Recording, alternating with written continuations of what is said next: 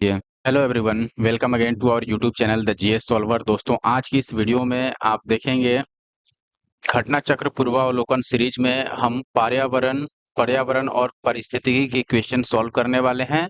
आप देखेंगे घटना चक्र में ये भी एक महत्वपूर्ण पुस्तक है और बहुत ही ये भी मोटी पुस्तक है, क्योंकि इसमें बहुत सारी चीजें कवर की गई हैं। पर्यावरण के साथ-साथ इसमें पारिस्थितिकी भी कवर्ड है। और जब आप देखेंगे तो इन्होंने अपने नोट्स में भी बड़े अच्छे से इस तरीके से समझा कर नोट्स भी दिया है। इसका नोट्स बेसिकली मुझे बाकी सारे पूर्वावलोकन के नोट्स से अच्छा लगा। फिर सारे क्वेश्चन अरेंज वे में है आपका, यानी कि जो भी अलग-अलग राज्य की सिविल सेवा परीक्षा में या फिर संघ लोक सेवा आयोग के द्वारा पूछी गई जो प्रीलिम्स का एग्जाम होता है उसमें जो क्वेश्चन पूछे गए हैं वो सारे क्वेश्चन वहां कंबाइंड करके यहाँ पर आपको देखने को मिलेंगे। 1990 से फरवरी 2025 तक के क्वेश्चन शामिल किए गए हैं। लगभग सभी राज्यों के सिविल सेवाओं के परीक्षाओं की जो क्वेश्चंस हैं प्रीलिम्स के, वो यहाँ पर देखने को मिल जाते हैं। तो मैं आशा करता हूँ कि अगर आप बीपीएससी, यूपी पीसीएस या फिर Jharkhand PCS, Rajasthan PCS, Uttarakhand PCS या किसी और राज्य लोक सेवा आयोग या फिर संघ लोक सेवा आयोग की तैयारी करते हैं, तो आप ये वीडियो कंप्लीट देखिए और लास्ट तक देखिए और जितने भी चीजें मैंने अपने तरफ से कोशिश की है बताने की, समझाने की, वो सारी चीजें पढ़िए और समझिए। रिवीजन कीजिएगा तभी याद होगा। ध्यान रखिए, क्लास की जो पीडीएफ है वो आपको ऑफिशियल टेलीग्राम जो ग्रुप है द जीएस सॉल्वर का, वहां पे देखने को मिल जाएगा।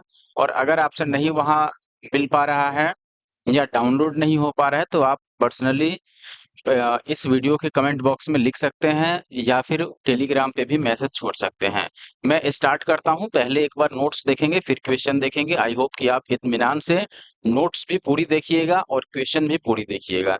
अगर आप केवल क्वेश्चन क्वेश्चन देखेंगे तो डेफिनेटली समझने में परेशानी होगी, इसलिए पहले नोट्स देख लें फिर क्वेश्चन देखें। दोस्तों, सबसे पहला जो चैप्टर है अपना वो है पर्यावरण एवं सतत विकास, यानी कि इन्वायरमेंट एंड सस्टेनेबल डेवलपमेंट। देखो, सस्टेनेबल डेवलपमेंट यानी कि सतत विकास के बारे में हमने इससे पहले इकोनॉमिक्स में पढ़ रखा है। अगर आपने इकोनॉमिक्स का सतत विकास वाला वीडियो नहीं देखा है, इकोनॉमिक्स के अब तक मैंने 3 वीडियो अपलोड कर रखे हैं, अगर आपने नहीं देखे हैं तो जरूर देख लीजिए। उसमें हमने सतत विकास के बारे में और जितने भी एसडीजी गोल्स हैं अपने, उनके बारे में हमने पढ़ा है और उससे रिलेटेड क्वेश्चन भी किया है। और जब आप वो देखेंगे तो आपको समझ आएगा कि ये कितना इम्पोर्टेंट टॉपिक है, जो सस्टेनेबल डेवलपमेंट गोल का है या फिर आप ये कहेंगे जो एसडीजी गोल्स का है या सस्टेनेबल डेवलपमेंट के बारे में, सतत विकास के बारे में। तो अभी हम चैप्टर स्टार्ट करते हैं। पहले नोट्स करेंगे फिर क्वेश्चन करेंगे। देखें दोस्त, सबसे पहले तो आप समझिए कि पर्यावरण क्या होता है। पृथ्वी पर पाए जाने वाले भूमि, जल, वायु और जीव, चाहे वो पौधे हों या फिर जंतु हों, इन सभी का समूह जो हमारे चारों ओर है, सामूहिक रूप से पर्यावरण यानी कि इन्वायरमेंट कहलाता है। यानी कि भूमि हो गया, जल हो गया, वायु हो गया या फिर कोई जीव हो गया, जो भी हमारे चारों तरफ है, जो एक तरह से हम लोगों से जुड़ा हुआ है, अंतःक्रिया से रिलेटेड है, यानी कि जिस पर हम डिपेंड हैं। एक तरह से जीवों पर भी डिपेंड है। वायु हमारे लिए आवश्यक है, जल, भूमि, ये सारी चीजें आवश्यक हैं। अदर जीवों का रहना भी, अन्य जीवों का रहना भी जरूरी है। तो इस प्रकार हम कहेंगे कि इन सभी का जो सामूहिक रूप है उसको हम पर्यावरण कहेंगे। और पर्यावरण में 2 घटक होते हैं, एक जैविक और एक अजैविक। जैविक और अजैविक घटक क्या होता है? जीव जंतुओं का जो समूह है उसको हम जैविक घटक कहेंगे। और जैसे इसमें भूमि हो गया, जल हो गया, वायु हो गया, ये अजैविक घटक है। और जीव जो हुए ये जैविक घटक है। तो किसी भी पर्यावरण में जैविक और अजैविक दोनों ही घटक जरूर रहते हैं। चाहे वो पर्यावरण हो या पारिस्थितिकी हो, दोनों में ही जैविक अजैविक घटक अंतःक्रिया जरूर करते हैं। तो इनके अंतःक्रिया भी ये करते हैं और यह संपूर्ण प्रक्रिया एक तंत्र के रूप में संचालित होती है, जिसे पारिस्थितिकी तंत्र के रूप में परिभाषित किया जाता है। ठीक है, आगे आप देखेंगे पर्यावरण संरक्षण अधिनियम 1986 के अनुसार पर्यावरण किसी जीव के चारों तरफ घिरे भौतिक यानी अजैविक एवं जैविक दशाएं और उनके साथ अंतःक्रिया को सम्मिलित करता है। यानी कि जो 1986 का पर्यावरण पर्यावरण संरक्षण अधिनियम है, इसके अनुसार पर्यावरण को किस प्रकार डिफाइन किया गया है? किसी जीव के चारों तरफ घिरे, यानी कि कोई भी जीव, चाहे हम हो या कोई दूसरा जीव हो, उसके चारों तरफ अजैविक और जैविक जो घटक हैं उनको और उनके बीच की जो अंतःक्रिया है, इन सभी को मिला करके हम पर्यावरण बोलेंगे उस जीव के लिए। जैसे मेरा पर्यावरण क्या हुआ, मैं जहाँ पर रह रहा हूँ, इसके आसपास का ये एरिया जिसमें जैविक और अजैविक दोनों घटक और उनकी क्रियाएं शामिल है। अब आप पूछोगे कि उनकी क्रियाएं क्या शामिल हैं? उनकी क्रियाएं जैसे मान लो कि कुछ जीव ऐसे हैं जो, जैसे आपने देखा होगा खाद्य श्रृंखला, जैसे एक जीव दूसरे को खाता है, दूसरे तीसरे को खाता है, ये भी एक जैविक और अजैविक जो संघटक है उनके बीच का क्रिया हुआ। या फिर आप देख सकते हैं जैसे किसी मरे हुए जीव का के शरीर का अपघटन करना, या फिर पेड़ पौधों के जो अवशेष होते हैं या फिर उनकी पत्तियां होती हैं, उन सभी का अपघटन करना। तो जितने भी जीव होते हैं वो किसी न किसी तरह से आपके लिए फायदेमंद जरूर हैं, किसी न किसी रूप में जरूर आपको लाभ पहुंचाते हैं। आप ध्यान रखिए कि परि परि का मतलब परिधि से है, यानी कि चारों तरफ का, और आवरण का मतलब तो आप समझ ही रहे हैं।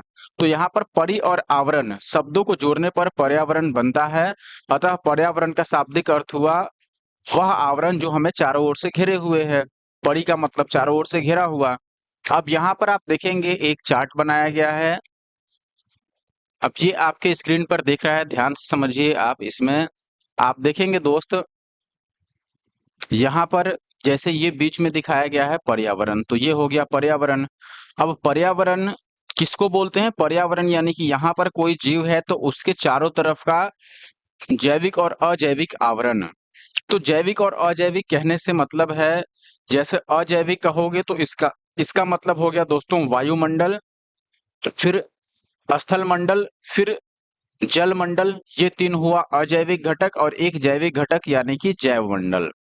तो पर्यावरण का मतलब है आसपास का वायुमंडल, स्थल मंडल, जल मंडल और जैव मंडल, इन सबका सम्मिलित जो स्वरूप है वही कहलाएगा पर्यावरण किसी जीव के लिए। किसी जीव का पर्यावरण क्या हुआ? उसके चारों ओर का जो उसको घेरे हुए है वो वायुमंडल, स्थल मंडल, जल मंडल और जैव मंडल का समूह है। ठीक है। अब जैव मंडल में क्या क्या हो सकता है? जैव मंडल में पौधे और जंतु दोनों हो सकते हैं। वायुमंडल में आप देखेंगे ट्रोपोस्फियर और स्ट्रेटोस्फियर यानी कि समताप मंडल और क्षोभ मंडल। वैसे ही लिथोस्फियर यानी स्थल मंडल में होगा आपका पर्वत, मैदान और मरुस्थल। फिर जल मंडल हाइड्रोस्फीयर, इसमें क्या हो सकता है? जहां से जल आपको प्राप्त हो सकता है, जैसे हिमनद हो गया, झील, नदी, सागर, इन सभी से जल प्राप्त होता है, तो ये सभी जल मंडल का हिस्सा हुआ। तो ये एक तरह से पर्यावरण को डिफाइन किया गया है कि एक पर्यावरण किस तरह से कार्य करता है या फिर उसका क्या अर्थ हुआ, और ये कितना इंपॉर्टेंट है किसी जीव के जीवित रहने के लिए, आप यहाँ से समझ सकते हैं। प्रकृति कितनी खूबसूरती के साथ इसको बनाया है, और हम लोगों का कार्य है दोस्तों, हम लोगों का ही नहीं सभी जीवों का, सभी व्यक्तियों का, चाहे वो किसी भी देश के निवासी हो, उनका ये कर्तव्य होना चाहिए कि पर्यावरण को वो सुरक्षित रखे, बचाए रखे। आगे आप देखेंगे दोस्तों, पर्यावरण एक अविभाज्य समष्टि है। अविभाज्य समष्टि का मतलब जिसको बांटना या बांटने पर वो समझिए कि किसी काम का नहीं रहेगा। जैसे जैविक एवं अजैविक तत्वों वाले पारस्परिक क्रियाशील तंत्रों से इसकी रचना होती है। यानी कि जैविक और अजैविक दोनों तत्व रहेंगे, लेकिन उनके बीच में जो पारस्परिक क्रिया होगी वो भी आवश्यक है। पर्यावरण के दो संघटक मैंने बता ही दिया, एक तो अजैविक जिसको भौतिक भी बोल सकते हैं, और दूसरा जैविक। जैविक में सभी प्रकार के जीव जंतु आ सकते हैं, जैसे पौधे, जंतु, सूक्ष्म जीव। अजैविक में आपने देखा कि जल मंडल है, वायुमंडल है, स्थल मंडल है, ये तीनों शामिल है। फिर जैविक और अजैविक घटकों के अंतर्गत सांस्कृतिक तत्वों की अंतःक्रियात्मक व्यवस्था, जैसे धर्म, नैतिकता, प्रथाएं, लोकाचार, विधि व्यवहार, प्रतिमान इत्यादि भी शामिल होती हैं। इनको हम क्या बोलते हैं? ये किसके अंतर्गत हैं? जैविक और अजैविक घटक के अंतर्गत ये चीजें भी शामिल हैं। अब आप यहाँ पर देखेंगे आगे कि यह सभी जैविक और अजैविक अवयवों का सम्मिश्रण है जो जीवों को चारों ओर से प्रभावित करता है। देखिए, जीव निश्चित रूप से धर्म से, नैतिकता से, अलग अलग प्रकार की प्रथाओं से, विधि व्यवहार से प्रभावित होता है। पर्यावरण के कुछ कारक संसाधन के रूप में भी कार्य करते हैं, जैसे कुछ कारक नियंत्रक के रूप में भी इसमें काम करते हैं। पर्यावरण को वृहत और लघु स्तर पर समझा जा सकता है। इसके साथ ही क्षेत्रीय तथा भूमंडलीय स्तर पर भी पर्यावरण में विभिन्नताएं पाई जाती हैं। अब यहाँ हम समझते हैं दोस्तों पर्यावरण के बारे में कि ये क्या-क्या, जैसे आप देखेंगे कि यहाँ पर पर्यावरण है। पर्यावरण को समझने के लिए दो स्तर यहाँ पर पॉसिबल हैं, जिसमें से एक लघु स्तर है और दूसरा वृहत स्तर। लघु यानी कि छोटे स्तर पर, और वृहत यानी कि थोड़े विस्तृत स्तर पर।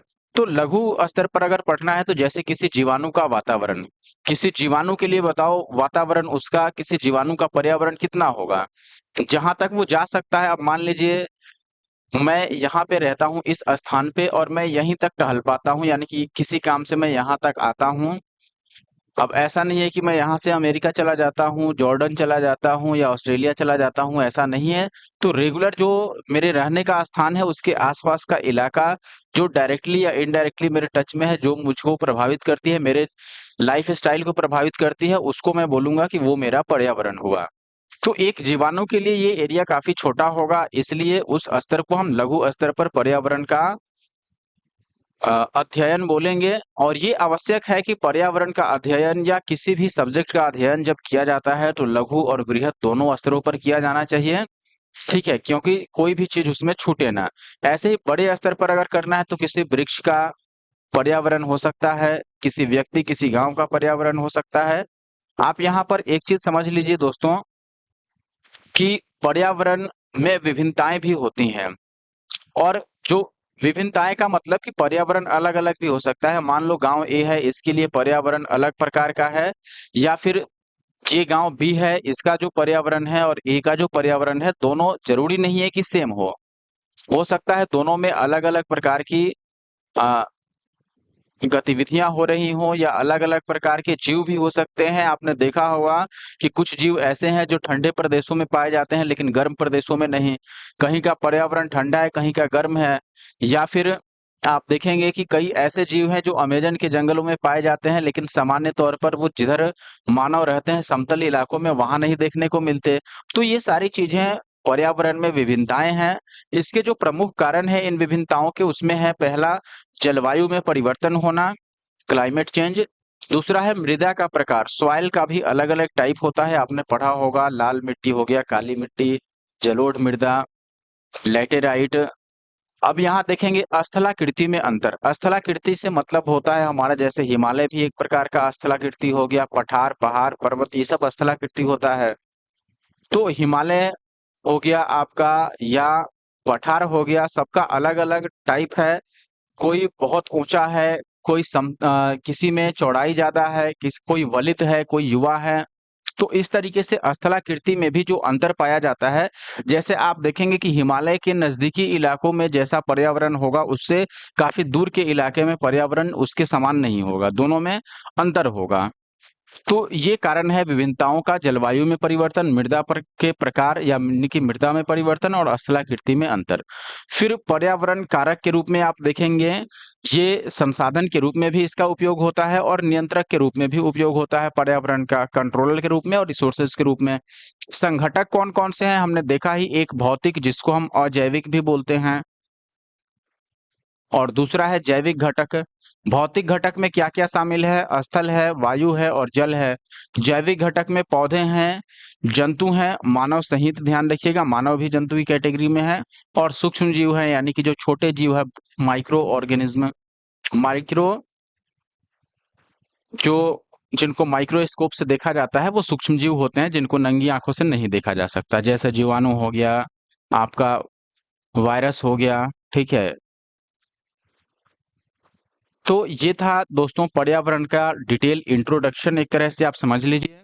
अब इससे रिलेटेड जो क्वेश्चन पूछे गए हैं उनको हम सॉल्व करेंगे, जिसमें पहला क्वेश्चन आप देख सकते हैं आपके सामने है, यूपी पीसीएस 2006 के प्री एग्जाम में पूछा गया है। क्वेश्चन है पर्यावरण से क्या अभिप्राय है, यानी आप क्या समझते हैं पर्यावरण से, पर्यावरण का अर्थ क्या होगा। ऑप्शन है आपके पास दोस्तों, ध्यान से देखिए, और अगर आपने नोट्स अच्छे से समझ लिया तो निश्चित तौर पर सही आंसर मार्क कर पाएंगे। भूमि, जल, वायु, पौधों एवं पशुओं की प्राकृतिक दुनिया जो इनके चारों ओर अस्तित्व में है, क्या इसको हम पर्यावरण बोलते हैं।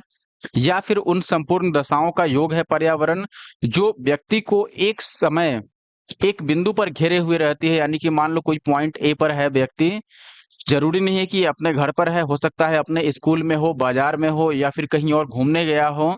तो इसके चारों तरफ का जो संपूर्ण मौसमी दशाएं हैं, या फिर अलग अलग दशाएं, जैविक अजैविक, ये सारी इन सब का योग। तो आप देखेंगे कि अगर व्यक्ति गांव में हो, घर में हो, या कहीं दूसरे जगह गया हो, उसके आसपास का इलाका ही उसके लिए पर्यावरण होता है, यानी कि ये भी सही है और पहला वाला तो सही था ही। भौतिक जैविकीय एवं सांस्कृतिक तत्वों की अंतःक्रियात्मक व्यवस्था जो अंतः संबंधित होती हैं। बिल्कुल सही है। भौतिक यानी कि अजैविक और जैविक और इसके साथ सांस्कृतिक तत्व। हमने देखा था कि सांस्कृतिक तत्व भी पर्यावरण का हिस्सा है, क्योंकि एक जीव को उसके चारों तरफ जो भी चीजें घेरी हुई हैं, उसमें से जो चीजें इस जीव को प्रभावित करती हैं, वो सारी चीजें पर्यावरण के अंतर्गत आएंगी। तो यहाँ पर आप देखेंगे सारे ही ऑप्शन सही हैं। ऑप्शन डी इसके लिए सही उत्तर हुआ। ये सारी चीजें हमने पढ़ रखी है, फिर भी मैं जल्दी जल्दी पढ़ के बता देता हूँ। पृथ्वी पर पाए जाने वाले भूमि, जल, वायु और जीव का समूह जो हमारे चारों ओर है, सामूहिक रूप से पर्यावरण कहलाता है। पर्यावरण की ये अजैविक और जैविक संघटक आपस में अंतःक्रिया करते हैं। और आप देखेंगे कि 1986 के पर्यावरण संरक्षण अधिनियम के अनुसार पर्यावरण किसी जीव के चारों तरफ घिरे, एक मिनट, चारों तरफ घिरे भौतिक और जैविक दशाएं और उनके साथ अंतःक्रिया को सम्मिलित करता है, और साथ ही साथ जैविक और अजैविक घटकों के अंतर्गत सांस्कृतिक तत्वों की अंतःक्रियात्मक व्यवस्था जैसे धर्म, नैतिकता, प्रचार, लोका विधि, व्यवहार, प्रतिमान इत्यादि भी शामिल होती हैं। नेक्स्ट क्वेश्चन आप देखेंगे बीपीएससी का है, 2011 में पूछा गया था। पर्यावरण किससे बनता है? जीवीय घटक से, भू आकृतिक घटकों से, अजैव घटक से, या उपयुक्त में से सभी से? आप देखेंगे दोस्तों पर्यावरण के दो घटक मैंने बताया, जिसमें आप देखेंगे कि जैविक और अजैविक दो घटक, जैविक के साथ में अजैविक घटक। तो निश्चित रूप से यहाँ पर केवल ये और ये तो सही होगा नहीं, जिस ऑप्शन में दोनों हो यानी कि उपयुक्त सभी। और अजैविक घटक में भू आकृतिक भी आते हैं। भू आकृति यानी कि जैसे हिमालय, पठार, क्योंकि अजैविक में आपने देखा है कि जल है, स्थल मंडल है, तो स्थल मंडल में ही तो भू आकृति आता है। और इसके अलावे वायुमंडल है, और जैविक में जैव मंडल है। ये मैंने चित्र से समझाया था, जो बुक में चित्र दिया गया है उससे। तो आई होप कि ये बात आप समझ पाए होंगे। ऑप्शन डी यहाँ पर सही उत्तर है। ये सारी चीजें अब आप पढ़ सकते हैं, इसमें लगभग सारी चीजें मैंने ऑलरेडी बता दिया। अगला क्वेश्चन आप देखेंगे, क्वेश्चन नंबर 3 जो है यहाँ पर, इसमें आपसे एक मिनट, यहाँ पर आपसे पूछा गया है दोस्तों कि सामान्यतः पर्यावरण को निम्न प्रकार से वर्गीकृत किया जा सकता है। निम्नलिखित में से कौन सा एक इस वर्गीकरण का अंश नहीं है? परिचालन पर्यावरण, भौतिक पर्यावरण, सांस्कृतिक पर्यावरण और जैविक पर्यावरण। हमने देखा, देखो पर्यावरण को वर्गीकृत करने का मतलब कि उसके घटकों में तोड़ना। पर्यावरण के घटक क्या क्या हो सकते हैं? हमने देखा कि भौतिक यानी कि अजैविक, जैविक घटक और सांस्कृतिक जो अंतःक्रियात्मक चीजें हैं वो भी इसमें शामिल हैं। तो यहाँ पर ऑप्शन ए जो है यानी कि परिचालन पर्यावरण, ये गलत है, ये इसका अंश नहीं है। आप देखेंगे पर्यावरण को भौतिक पर्यावरण यानी फिजिकल इन्वायरमेंट, जैविक पर्यावरण यानी कि बायोलॉजिकल इन्वायरमेंट में वर्गीकृत किया जाता है। और भौतिक पर्यावरण के अंतर्गत भू आकृतियां, जलाशय, जलवायु, मिट्टी, चट्टान, खनिज इत्यादि आते हैं। जबकि जैविक पर्यावरण में वनस्पतियां, जंतु, मानव सहित सूक्ष्मजीव, ये सारी चीजें शामिल है। और जैविक अजैविक पर्यावरण की अंतःक्रिया द्वारा सांस्कृतिक पर्यावरण के तहत धर्म, नैतिकता, ये सारी चीजें आती हैं। तो इसलिए ऑप्शन ए इसमें गलत था। दोस्तों अब अगला जो टॉपिक है वो है धारणीय विकास या फिर सतत विकास, जिसको हम बोलते हैं सस्टेनेबल डेवलपमेंट। धारणीय विकास या सतत विकास, इसके बारे में ऑलरेडी हमने इकोनॉमिक्स में पढ़ रखा है। अगर आपने इकोनॉमिक्स के क्लास नहीं देखे हैं तो आप द जीएस सॉल्वर यानी कि हमारे यूट्यूब चैनल पे जा करके और वहाँ प्लेलिस्ट चेक कर सकते हैं इकोनॉमिक्स वाली। आप देखेंगे धारणीय विकास, विकास की वह अवधारणा है जिसके तहत वर्तमान की आवश्यकताओं के साथ साथ भविष्य की आवश्यकताओं को भी ध्यान में रखा जाता है। ध्यान दीजिएगा, धारणीय विकास प्राकृतिक संसाधनों के उपयोग के संदर्भ में अंतरपीढ़ीगत संवेदनशीलता का विषय है। अंतरपीढ़ीगत संवेदनशीलता से मतलब ये है कि आज के टाइम में आप किसी संसाधन का, किसी रिसोर्स का उसी हिसाब से इस्तेमाल करें कि भविष्य में भी वो बचा रहे। जो आने वाली पीढ़ियां हैं, आने वाली जनरेशन्स हैं, उनके उपयोग के लिए भी वो उपयोगी रहे। ऐसा नहीं कि आज पूरी तरीके से उसको पोल्यूट कर दें, बर्बाद कर दें, प्रदूषित कर दें कि आगे आने वाली जो पीढ़ियां हैं उनके इस्तेमाल लायक वो बचेगा ही नहीं। तो ऐसा नहीं करना है। जो भी संसाधन आज के समय पर मौजूद है, चाहे वो प्राकृतिक संसाधन हो या किसी भी प्रकार का, उसका इस प्रकार से इस्तेमाल किया जाए कि भविष्य की पीढ़ियों को भी ध्यान में रखा जाए, उनके उपयोग को भी ध्यान में रखा जाए, उनकी आवश्यकताओं को भी ध्यान में रखा जाए। तो उसको हम सतत विकास कहते हैं। या फिर आप ऐसे कह लो कि विकास इस तरह से किया जाए, डेवलपमेंट इस टाइप का होना चाहिए कि उससे पर्यावरण या फिर आने वाला पीढ़ी किसी भी प्रकार से किसी समस्या में ना फंसे या फिर पर्यावरण को किसी प्रकार का नुकसान ना हो, आने वाली पीढ़ी के लिए पर्यावरण सुरक्षित रहे और स्वस्थ रहे, तो उसको हम लोग सस्टेनेबल डेवलपमेंट बोलते हैं। धारणीय विकास का मुख्य उद्देश्य पृथ्वी के प्राकृतिक संसाधनों का न्याय संगत उपयोग, यानी कि उस हिसाब से उपयोग कि आगे आने वाला जो पीढ़ी है उसके लिए भी वो उपयोगी रहे। न्याय संगत उपयोग, संरक्षण और उचित प्रबंधन करना है। तो धारणीय विकास का मुख्य उद्देश्य क्या हुआ? जो भी नेचुरल रिसोर्सेज हैं उनका इस्तेमाल न्याय संगत हो और उनका संरक्षण किया जाए और उचित मैनेजमेंट हो, उसका उचित प्रबंधन हो, ताकि वो भविष्य में भी उपयोगी रहे। ये भी आपको ज्ञात होना चाहिए दोस्तों कि इस शब्द यानी कि जो धारणीय विकास है या सतत विकास है, इस शब्द की व्याख्या सबसे पहले वर्ष 1947 में world commission on environment and development यानी WCED ने अपनी रिपोर्ट आवर कॉमन फ्यूचर में की थी। किसने की थी? WCED यानी कि world commission on environment and development, WCED ने इनकी एक रिपोर्ट थी और कॉमन फ्यूचर, यानी कि ये सभी देशों के लिए कॉमन फ्यूचर है, इसमें की थी। वर्ल्ड कमीशन ऑन एनवायरनमेंट यानी कि WCED द्वारा वर्ष 1987 में प्रकाशित रिपोर्ट आवर कॉमन फ्यूचर, जिसे ब्रंटलैंड रिपोर्ट के नाम से भी जाना जाता है, यह भी याद रखिएगा, ब्रंटलैंड रिपोर्ट। इकोनॉमिक्स में आपने देखा था इससे रिलेटेड कितने क्वेश्चन पूछे गए हैं। के अनुसार सतत विकास से अभिप्राय, यानी कि जो ब्रंटलैंड रिपोर्ट है या WCED का वर्ष 1987 का रिपोर्ट है, उसमें सतत विकास को किस प्रकार समझाया गया, किस प्रकार परिभाषित किया गया, ये समझिए। इसके अनुसार यानी कि इनके रिपोर्ट के अनुसार सतत विकास से अभिप्राय ऐसे विकास से है जो भावी पीढ़ियों यानी जो आने वाली पीढ़ियों की जरूरतों को पूरा करने की योग्यता को प्रभावित किए बिना वर्तमान समय की आवश्यकताओं को पूरी करें। यानी कि ऐसा विकास जिससे हमारे वर्तमान समय में भी अपनी आवश्यकता पूरी हो जाए और जो आने वाली पीढ़ियां हैं उनकी आवश्यकताओं को भी किसी भी प्रकार से वो प्रभावित नहीं करे। ठीक है, तो उनका आवश्यकता को भी सुनिश्चित करना और अपनी आवश्यकता को भी देखना, उसको ही हम बोलेंगे सस्टेनेबल डेवलपमेंट। इसका तात्पर्य यह है कि मानव समाज पर का सतत भविष्य तभी सुनिश्चित हो सकता है जब आर्थिक गतिविधियों और मानव कल्याण के समर्थन हेतु आवश्यक जो जैव भौतिक और सामाजिक पारिस्थितिकीय परिस्थितियां हैं वो पीढ़ी दर पीढ़ी पोषित या संदृढ़ की जा सकें। आप इस तरीके से समझिए, अब ध्यान से समझिए। मान लीजिए हम एक चीज समझते हैं, यहाँ पर हमें एक बिल्डिंग बनाना है। मान लीजिए ये बिल्डिंग बनानी है। अब मान लीजिए ए पीढ़ी है, इसने इस बिल्डिंग को यहाँ तक बनाया। अब बी वाला पीढ़ी जो है उसको भी अपनी एक बिल्डिंग बनाना है, तो वो क्या इसको तोड़ के बनाएगा तो कहीं से उसको फायदा होगा। अब इसको या फिर आप ऐसे समझो, बिल्डिंग पर आओ ही नहीं। मान लो किसी चीज की कोई चीज का आविष्कार ही होता है अलग अलग चरणों में या खोज होता है अलग अलग चरण में, तो हमें आगे बढ़ाते चलना है उसको, ना कि पीछे लाना है।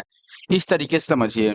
अब आज के समय में अगर हम वायु को पूरी तरीके से प्रदूषित कर दें तो होगा क्या? आने वाली जो पीढ़ियां हैं उसके लिए वायु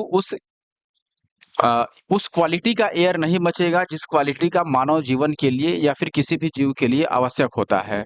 तो ये क्या हुआ? भविष्य की बिना चिंता किए, भविष्य की जो पीढ़ियां हैं उनका बिना चिंता किए हम अपनी आवश्यकताओं को बस पूरा कर रहे हैं। तो इसको सस्टेनेबल डेवलपमेंट गोल नहीं बोलेंगे, सॉरी सस्टेनेबल डेवलपमेंट नहीं बोलेंगे, उसको हम सस्टेनेबल डेवलपमेंट बोलते हैं जिसमें मानव जीवन का विकास हो, मानव जाति का विकास हो। और मानव जाति का विकास तभी होगा जब हम अपने समय में उसको विकसित करेंगे, फिर आने वाला जो अ, पीढ़ी है वो इसके आगे, मान लो हम पॉइंट ए तक विकास करके छोड़े तो इसके बाद आने वाला पीढ़ी इसको बी तक ले जाए, आने वाला पीढ़ी फिर सी तक ले जाए। ऐसा नहीं कि हमने ए तक तो विकास किया और अगला आकर के इसको वापस जीरो पे ला दिया, फिर तो अगले को फिर जीरो से शुरू करना होगा। बात है कि नहीं? तो इसीलिए हमें किसी भी रिसोर्स का इस्तेमाल करना है, कोई भी डेवलपमेंट करना है, जैसे तो आपने CFC का नाम सुना होगा, क्लोरोफ्लोरोकार्बन। जब रेफ्रिजरेटर में या फिर एयर कंडीशनर में इन सभी का इस्तेमाल होता है बताइए, तो उसके कारण जैसे ओजोन परत है उसका क्षय होता है, आपने पढ़ा होगा। तो उससे क्या फायदा हुआ? हमने एक चीज आविष्कार किया लेकिन दूसरे चीज को बर्बाद कर दिया। आपको पता होगा कि जो ओजोन परत है दोस्तों, ये सभी के लिए कितना उपयोगी है। सूर्य से निकलने वाली जो हानिकारक परावैंगनी किरणें होती हैं उनको यह रोकने का कार्य करता है और ये किसी भी धरती पर रहने वाले किसी भी जीव के लिए बहुत ही उपयोगी चीज है, क्योंकि डायरेक्ट पराबैंगनी किरणें अगर पृथ्वी पर आती हैं तो उससे कई प्रकार के नुकसान होते हैं। तो अब बताइए, एक चीज का हमने डेवलपमेंट किया, लेकिन वो ओजोन परत को यानी कि दूसरे चीज को क्या कर रहा है, बर्बाद कर रहा है या फिर उसको क्षति पहुंचा रहा है, नष्ट कर रहा है। तो इसको हम सस्टेनेबल डेवलपमेंट नहीं बोलेंगे। हमको डेवलपमेंट उसी तरीके से करना है, उसी हिसाब से कि उससे किसी और को या फिर आने वाली पीढ़ी को किसी भी प्रकार का नुकसान ना हो। तो ये आई होप कि आप समझ गए होंगे। आप देखेंगे वर्ष 1992 में आयोजित पृथ्वी सम्मेलन में यह घोषित किया गया और उसमें एजेंडा 21 घोषित किया गया, जिसको रियो घोषणा के भी नाम से जानते हैं। तो 1992 में आयोजित पृथ्वी सम्मेलन में घोषित एजेंडा 21 में इसके प्रति पूर्ण समर्थन व्यक्त किया गया था। इसके साथ ही वर्ष 2002 में जोहान्सबर्ग में आयोजित सम्मेलन का मुख्य मुद्दा सतत विकास रहा। सतत विकास के लिए जैविक विविधता का संरक्षण, प्रदूषण का निरोध एवं नियंत्रण और साथ ही साथ निर्धनता घटाना भी आवश्यक है। प्रकृति की अपनी सुंदरता, अपनी सीमाएं हैं, अतः हमें चाहिए कि पहले हम प्रकृति को समझने का प्रयास करें, उसके बाद अपने विकास नीतियों का निर्धारण करें। यानी कि किसी भी विकास कोई भी नीति अगर सरकार बना रही है या फिर मानव जाति खुद ही बना रहा है अगर प्राइवेट तरीके से, तो भी उसको ध्यान रखना चाहिए कि प्रकृति को किसी भी प्रकार का नुकसान ना हो। इसलिए पहले प्रकृति को समझ ले कि हम प्रकृति को किसी तरह से हस्तक्षेप न कर पाएँ, इसी तरीके से हमें विकास करना है। इस प्रकार आर्थिक विकास और पर्यावरण सुरक्षा के मध्य एक वांछित संतुलन बनाए रखना ही टिकाऊ विकास या फिर सतत विकास है। यानी कि जो आर्थिक विकास है और पर्यावरण सुरक्षा दोनों के बीच में सही संतुलन होना चाहिए, उसी को सतत विकास कहा जाएगा। टिकाऊ विकास की जो अनिवार्य शर्तें हैं, वो सूचनाओं की उपलब्धता पर आधारित होती हैं। आप यहाँ देखेंगे, टिकाऊ विकास हेतु यानी सतत विकास हेतु आवश्यक सूचनाएं क्या-क्या हो सकती हैं? पर्यावरण से संबंधित सूचनाएं और मनुष्य और उसके क्रियाकलापों से संबंधित सूचनाएं। पर्यावरण से संबंधित सूचनाएं क्या हैं?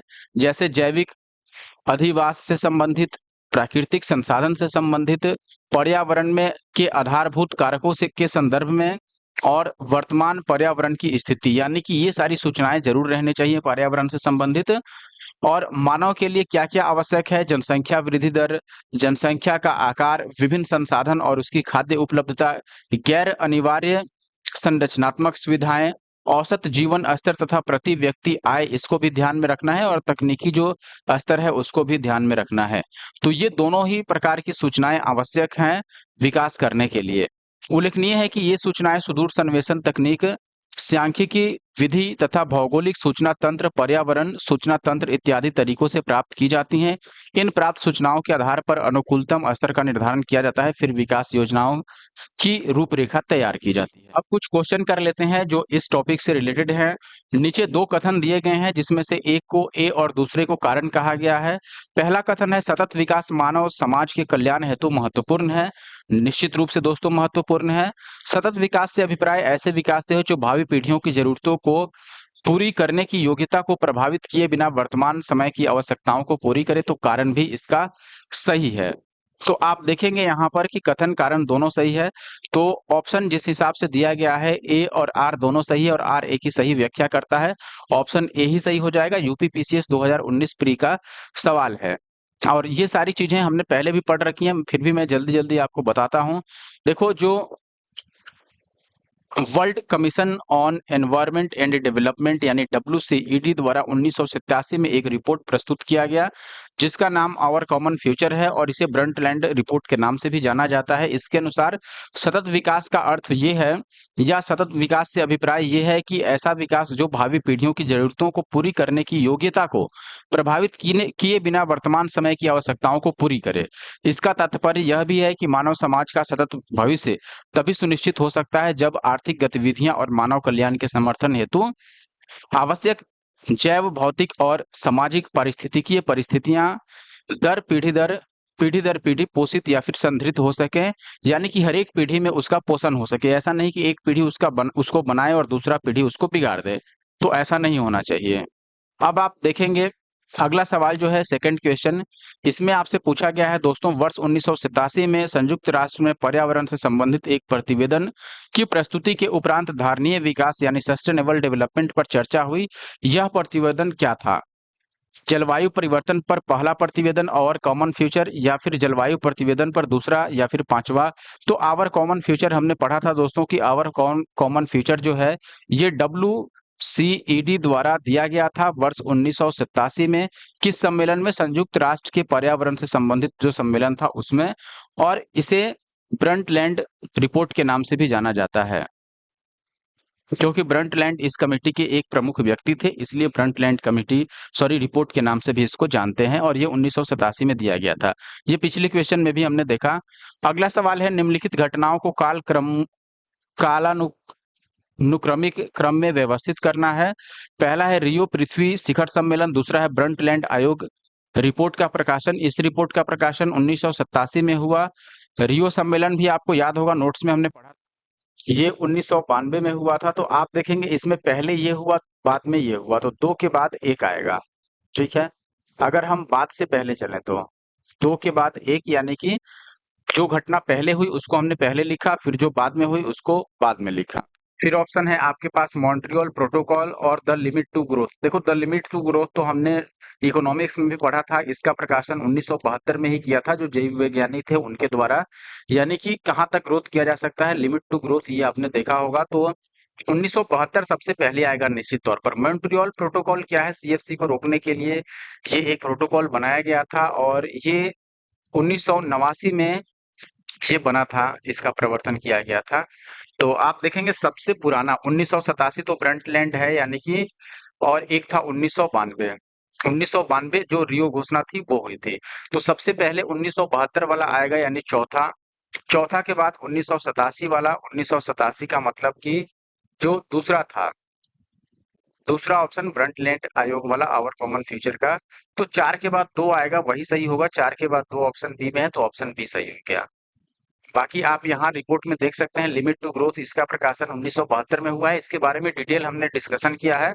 इकोनॉमिक्स का जो वीडियो है, लास्ट वीडियो, आप जाके जरूर देखिए, इकोनॉमिक्स वाला, ठीक है ना। उसमें सस्टेनेबल डेवलपमेंट सेकंड जो पार्ट है इकोनॉमिक्स का, 3 वीडियो है, जिसमें से दूसरा वीडियो आपको देखना है। ब्रंटलैंड आयोग 1987 में बना था, और मॉन्ट्रियल प्रोटोकॉल 1989 में, रियो शिखर सम्मेलन 1992 में। अगला सवाल देखिए दोस्तों। और दोस्तों, इतना वीडियो अगर आपने देख लिया और अभी तक आपने the GS solver YouTube channel को सब्सक्राइब नहीं किया, तो जरूर से the GS solver YouTube channel को सब्सक्राइब कर लें, ऐसे और वीडियो देखने के लिए। और वीडियो को लाइक जरूर कर दीजिएगा दोस्तों, और कमेंट भी कर दीजिएगा। धारणीय विकास किसके उपयोग के संदर्भ में अंतर पीढ़ीगत संवेदनशीलता का विषय है? यानी कि किस चीज का उपयोग करना चाहिए अच्छे से, ताकि अगली पीढ़ी भी उसका उपयोग सही तरीके से कर पाए। तो प्राकृतिक संसाधन का, भौतिक संसाधन का, औद्योगिक संसाधन का, या फिर सामाजिक संसाधन का? हमने पढ़ा था दोस्तों, प्राकृतिक संसाधन का उपयोग इस तरीके से किया जाना चाहिए कि आने वाली पीढ़ियों का जो आवश्यकता है उसकी भी पूर्ति हो पाए। तो प्राकृतिक संसाधन का उपयोग एक सही तरीके से किया जाना चाहिए, संरक्षात्मक तरीके से सदुपयोग उसका करना चाहिए, ताकि आगे आने वाली जो पीढ़ियां हैं वो भी उसका इस्तेमाल सही तरीके से कर सके। बाकी भौतिक, औद्योगिक और सामाजिक, ये तो उस समय भी डेवलप हो सकता है। आप देखेंगे धारणीय विकास की अवधारणा वह है जिसके तहत वर्तमान की आवश्यकताओं के साथ साथ भविष्य की आवश्यकताओं को भी ध्यान में रखा जाता है। इसमें प्राकृतिक संसाधनों के उपयोग के संदर्भ में अंतर पीढ़ीगत संवेदनशीलता का विषय है। धारणीय विकास का मुख्य उद्देश्य पृथ्वी के प्राकृतिक संसाधनों का न्याय संगत उपयोग, संरक्षण और उचित प्रबंधन करना है। ये हमने नोट्स में देखा भी था। अगला सवाल है आपके पास, सतत विकास के लिए क्या आवश्यक है, ये आपको बताना है। बताइए, क्या जैविक विविधता का संरक्षण करना चाहिए, प्रदूषण का रोक लगाना चाहिए, नियंत्रण करना चाहिए, और निर्धनता को घटाना चाहिए? हमने देखा सतत विकास में ये सारी चीजें शामिल हैं। जैविक विविधता का भी संरक्षण होना चाहिए, प्रदूषण का भी नियंत्रण किया जाना चाहिए, और निर्धनता को तो घटाना प्रमुख उद्देश्य है, इसी के लिए सभी प्रकार का विकास किया जाता है। तो कोई भी विकास हो उसमें निर्धनता ध्यान में जरूर रहता है, इसलिए ऑप्शन डी यहाँ पर सही होगा। अब यहाँ पर सतत विकास के लिए जैविक विविधता का संरक्षण आवश्यक है, प्रदूषण का रोक, नियंत्रण और निर्धनता घटाना, ये सारी चीजें आवश्यक है। आर्थिक विकास और पर्यावरण की सुरक्षा के बीच में एक वांछित संतुलन रखना बहुत ही जरूरी है सतत विकास के लिए। वर्तमान राजनीतिक परिदृश्य जो है, इसमें यह एक भूमंडलीय दृष्टिकोण बन चुका है। टिकाऊ विकास की जो अनिवार्य शर्तें हैं वे सूचनाओं की उपलब्धता पर आधारित होती हैं और कौन-कौन सी सूचनाएँ हैं हमने देखा ही। एक मानव संसाधन के लिए सूचनाएँ थी और एक प्राकृतिक संसाधन से संबंधित सूचनाएँ थी। अगला सवाल देखिए, निम्नलिखित में से कौन-सा सतत विकास का लक्ष्य नहीं है, जिसे 2030 तक प्राप्त करने का लक्ष्य रखा गया है? अब देखो, सतत विकास के सारे लक्ष्य किसको कब प्राप्त करना है, ये चीज़ें हमने इकोनॉमिक्स वाली में देखी थी। अब यहाँ देखेंगे कि कौन-सा ऐसा लक्ष्य है जिसे 2030 तक प्राप्त नहीं करना है। लैंगिक समानता, अंतरिक्ष अनुसंधान, शून्य भूख, अच्छा स्वास्थ्य और सफाई। अब इसमें 4 चीज़ें दी गई हैं, चारों ही डेवलपमेंट का हिस्सा है। अब इसमें मैं आपसे पूछूँ, देखो कभी भी डेवलपमेंट किया जाता है तो बेसिक लेवल से, यानी कि बिल्कुल लोकल स्तर से या सबसे निचले स्तर से पहले निचले वाले को विकास किया जाता है, क्योंकि निचला वाला विकसित, ऊपर वाला जो है वो तो विकसित है ही। जैसे मान लो जितने भी लोग हैं उनको 3 कैटेगरी में मैंने डिवाइड कर दिया, ए, बी, सी और डी। ये विकसित है, ये भी विकसित है, ये विकासशील है और ये अभी नहीं विकसित है। तो हम क्या करेंगे, या ये भी विकासशील है मान लो, तो भी हम क्या करेंगे, पहले इसको विकसित करेंगे इन तीनों को, या इस पर ध्यान देंगे? निश्चित रूप से निचले सिरे से स्टार्ट करेंगे।